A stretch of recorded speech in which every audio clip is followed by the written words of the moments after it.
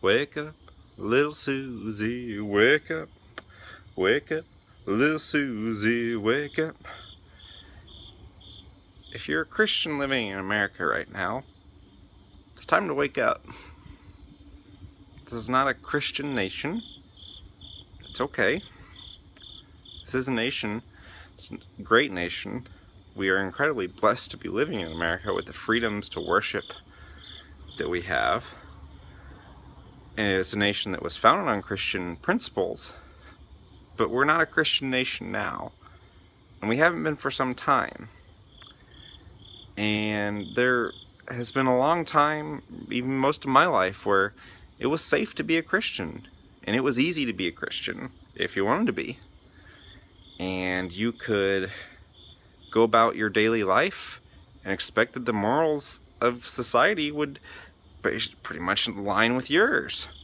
And so if you followed society's morals, you'd be in the straight and clear for being a good Christian. But that's not the case. In fact, now you could go along with society's morals and be doing exactly what God's word says not to do.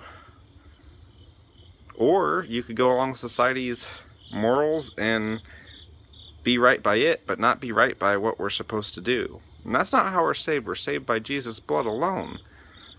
But we're called to be different, and we're called to stand out. And that's becoming harder. And I don't think that we realize that all the time. I don't realize that all the time. That for the vast majority of the history of Christianity, aside from the Roman Catholic Church ruling Europe, being a Christian's been really hard. And brothers and sisters of ours throughout the world have been experiencing that for a long time. And I think we're starting to experience that.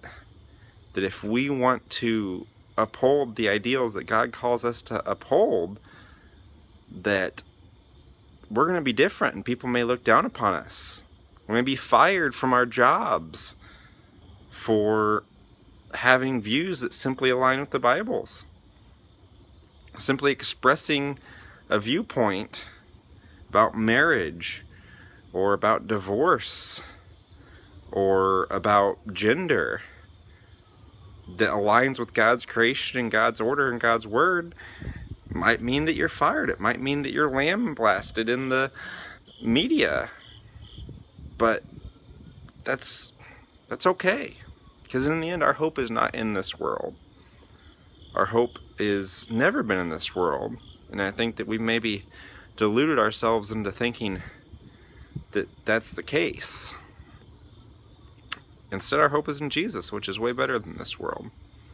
And we have the greatest hope of all. And it's time to start sharing that with a world that is surrounded in darkness. But the people dwelling in darkness have seen a great light.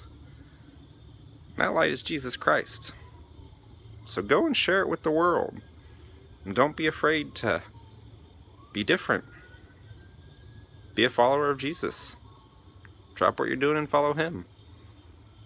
And I hope to join you.